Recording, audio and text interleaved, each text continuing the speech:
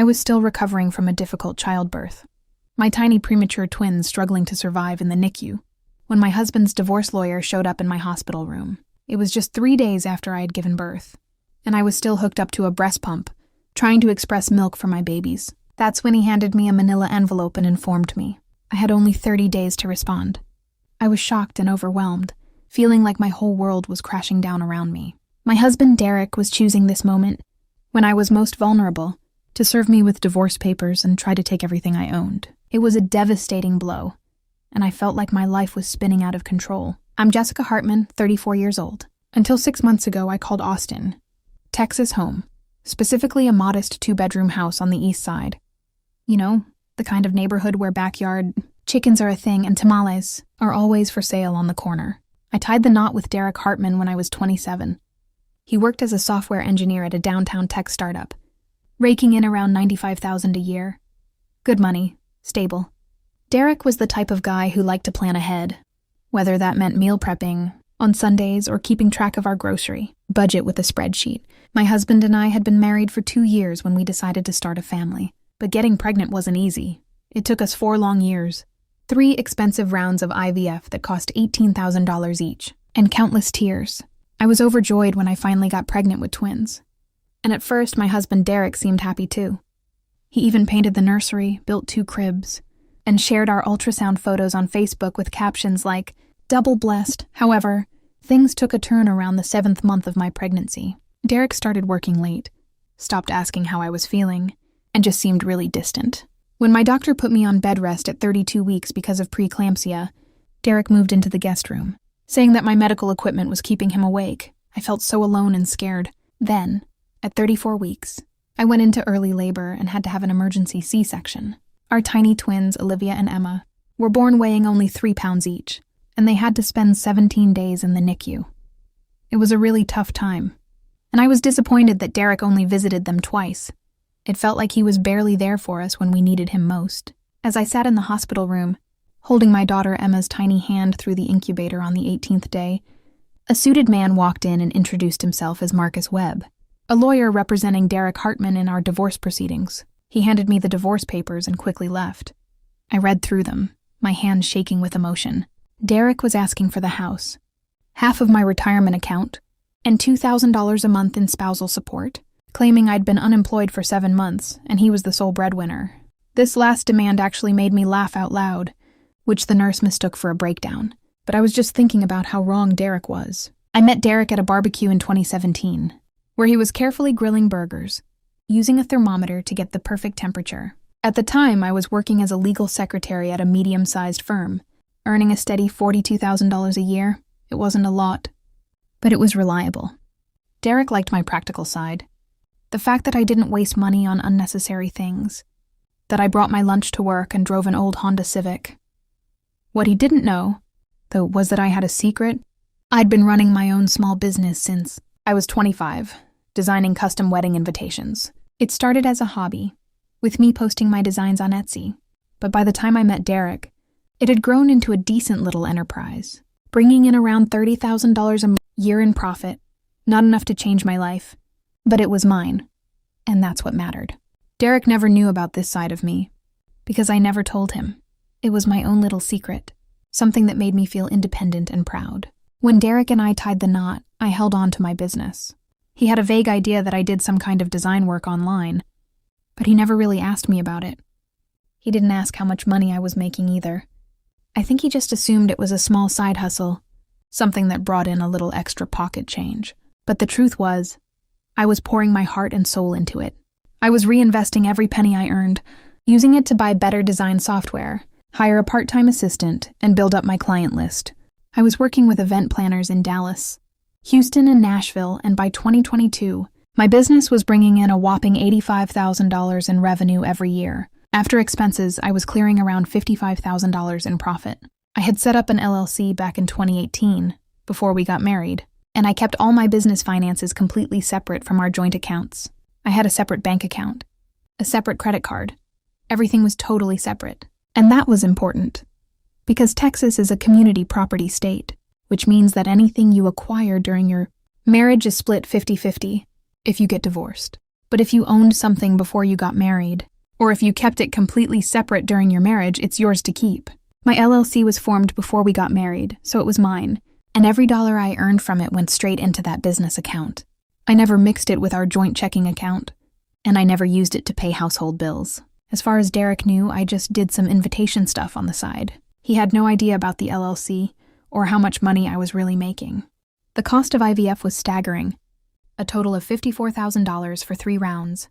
And to make matters worse, our insurance didn't cover a single penny. Derek was adamant that we use our joint funds to pay for it, which essentially meant relying on his salary and my income as a legal secretary.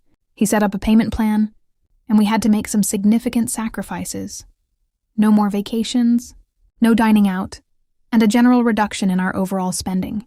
Derek constantly complained about the financial strain it was putting on him, and how stressed he was about shouldering the burden alone. But what he didn't know was that I had a secret. I had $55,000 tucked away in a business account, money that I had carefully set aside for a rainy day. My mother, who had been through 3 divorces, had always warned me to keep some money of my own, to have a financial safety net that I could rely on, no matter what. Her words of wisdom echoed in my mind. Always keep something of your own. And so, I kept my secret hidden, unsure if I could truly trust Derek with my financial security. When I found out I was pregnant, I had to leave my job as a legal secretary. At first, it was because my doctor told me to, and then I had to go on bed rest. But my husband, Derek, seemed to think that this meant he was the only one bringing in money now. He started making little comments here and there, like, "You're so lucky to get to stay home all day," or "I'm working 10 hours a day while you're just watching TV." But the truth was, I wasn't just watching TV, I was running my business from bed.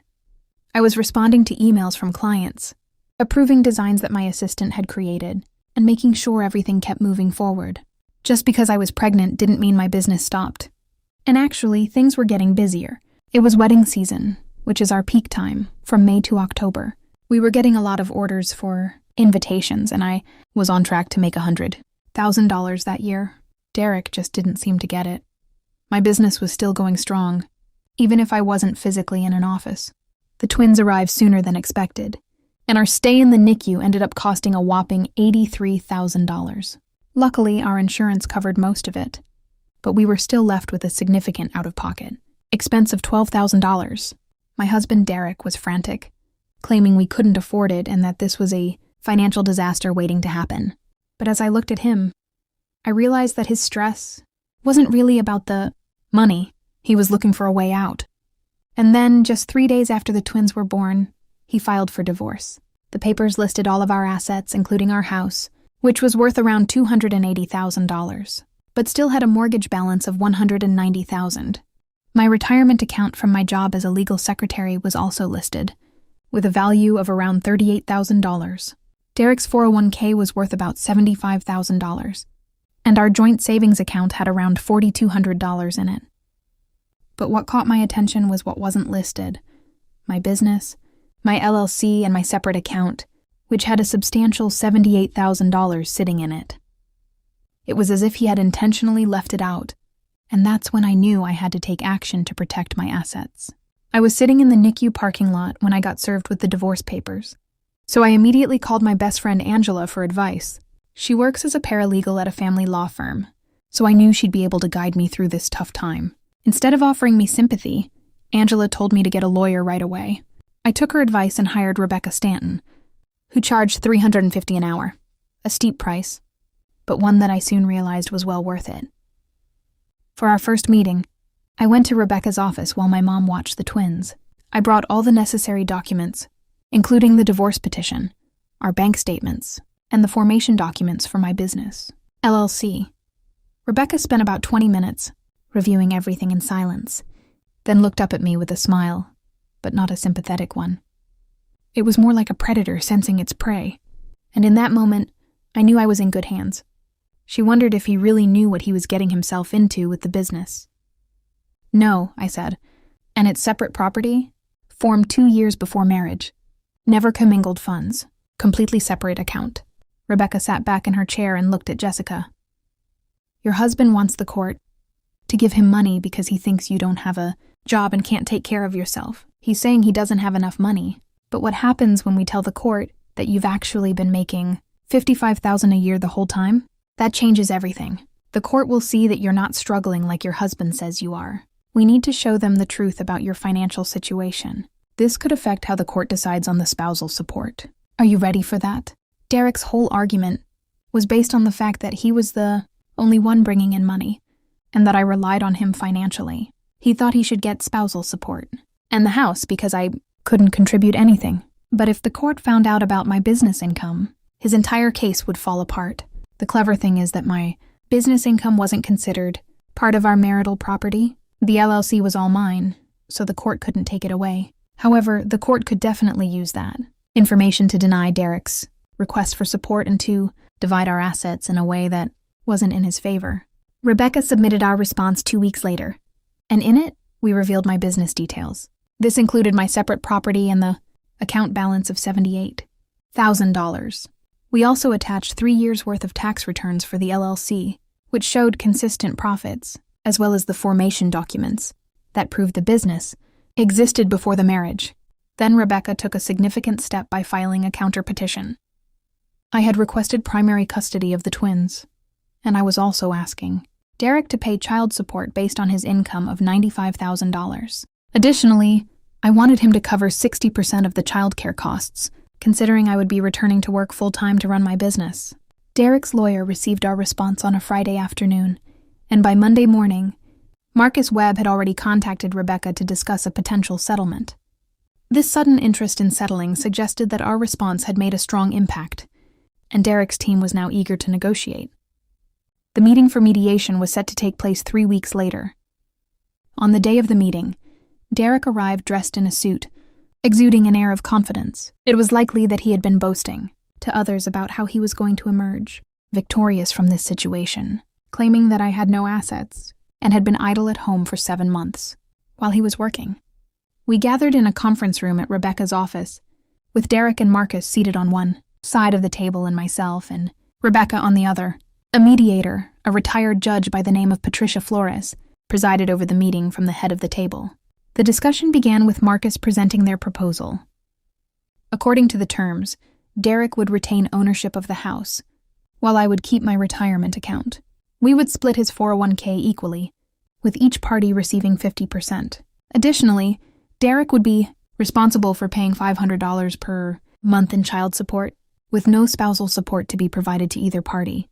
Rebecca didn't bother responding to the offer. Instead, she pushed a folder across the table. "Before we start talking numbers," she said, "I think you should take a look at the financial papers we filed." Marcus opened the folder, and I saw his expression change as he read through the pages. He got to the first page, then the second, and then he looked up at Derek. "Were you aware of this?" he asked, his tone firm. Derek was staring at the tax returns, a look of surprise on his face. "Aware of what?" he replied. "Your wife's business," Marcus said, his voice rising. "She made a pretty good income last year, $55,000. And the year before that, she made $58,000. She's not struggling, she's not broke. She's been running a successful business the whole time you've been married." Derek's face turned bright red with anger. "That's not a real business," he said, his voice shaking. "She just makes invitations and sells them on Etsy. It's just a hobby." Rebecca remained calm, her voice steady as she replied, "Actually, it's a legitimate business, registered as an LLC with the state of Texas, and it has its own employer identification number. Not to mention, it's been filing tax returns for 3 years now." She paused, then added, "And according to the records, it's generated a cumulative profit of over $160,000 during your marriage, all of which is considered her separate property." "That's impossible," Derek said. "She quit her job. I've been supporting us." "You've been supporting household expenses," Rebecca corrected. "She's been supporting herself through her business, which means your claim of financial hardship is false. Your request for spousal support is denied, and your claim that you should receive the house because she can't contribute is also denied." The meeting had taken a dramatic turn, with Marcus looking like he'd been physically struck. He requested a break, and they stepped out into the hallway. The sounds of their conversation were muffled, but it was clear that Derek's voice was rising, while Marcus was trying to calm him down. After a 15-minute pause, they returned to the table, and Marcus presented a revised proposal. Under the new terms, They would divide the equity in the house equally, splitting it 50-50. The same would apply to their retirement accounts. Additionally, Derek would be responsible for paying $800 per month in child support, although he would still not be required to provide spousal support. The tension in the room was palpable as they considered the new offer. Rebecca spoke up, explaining that she wanted to keep her business and personal accounts separate. Meanwhile, Derek would get to keep his entire 401k. They would sell their house and split the equity between them. As for child support, Derek would pay $200 per month, which was in line with Texas guidelines. On top of that, he would cover 60% of childcare costs. And to make things more fair, he would also pay Rebecca's attorney fees. Marcus tried to argue against this, but Rebecca was prepared. She pulled out a child support calculator and showed that based on Derek's income and their joint custody arrangement, the state actually recommended $1,300 per month. So, $2,200 was a pretty generous offer. She also pointed out that 60% of childcare costs was a reasonable amount, considering the costs in Austin. And as for the attorney fees, Derek had filed a petition with false financial information, which made it a frivolous claim. In the end, Derek agreed to the settlement and signed the agreement that very afternoon. We finally sold the house after 6 weeks, and it was a huge relief. Once we paid off the mortgage and all the closing costs, we were each left with $41,000. Derek decided to move into a cozy one-bedroom apartment in Round Rock, which suited him just fine. As for me, I used my share of the money to make a down payment on a beautiful 3-bedroom house that was much closer to my mom, which was really important to me. And the best part was that the twins were finally able to come home from the NICU, healthy and strong. Olivia weighed in at 5 pounds, and Emma was just a little smaller at 4 pounds 13 ounces. Now they're 8 months old and just thriving. It's amazing to see how far they've come. Derek is a dad who always makes sure to pay child support on time. The state of Texas takes care of it by automatically deducting it from his paycheck, so he doesn't really have a say in the matter. He gets to spend time with the twins every other weekend, which is great. He's actually a pretty good father, even if he wasn't the best husband. My company is really taking off now. I've recently hired another assistant to help with the workload. This year we're on track to make around $130,000 in revenue, which is a significant increase from previous years. I'm also excited to say that I'm now working with clients in 6 different states, which has helped to expand my reach and grow my business. One of the highlights of my career so far was being featured in a wedding magazine last month. It was a great opportunity to showcase my work and get my name out there. On a more personal note, I recently heard from my ex-husband Derek, who called me a couple of weeks after our divorce was finalized. He seemed surprised to learn about the success of my business and asked me why. I never told him about it. I simply told him that he never asked, which is true. He felt like I was hiding things from him, but the truth is, I've learned from my past experiences, particularly from watching my mother, that it's not a good idea to put all your eggs in one basket or rely too heavily on someone else. I've worked hard to build my business, and I'm proud of what I've achieved, and I'm not going to let anyone or anything hold me back. He hung up. I went back to work. My mom watches the twins 3 days a week. I pay her $1,500 a month, which is less than daycare, and she gets time with her granddaughters. I put a photo on Instagram last month. Me and the twins in our new house. The caption read, "Built this life myself." Derek didn't like it, but 47 other people did. I'm glad you stuck around to hear my story. If it had any impact on you, then I'm happy. There's more where that came from, so go ahead and click on the next one. I'll meet you there in just a moment.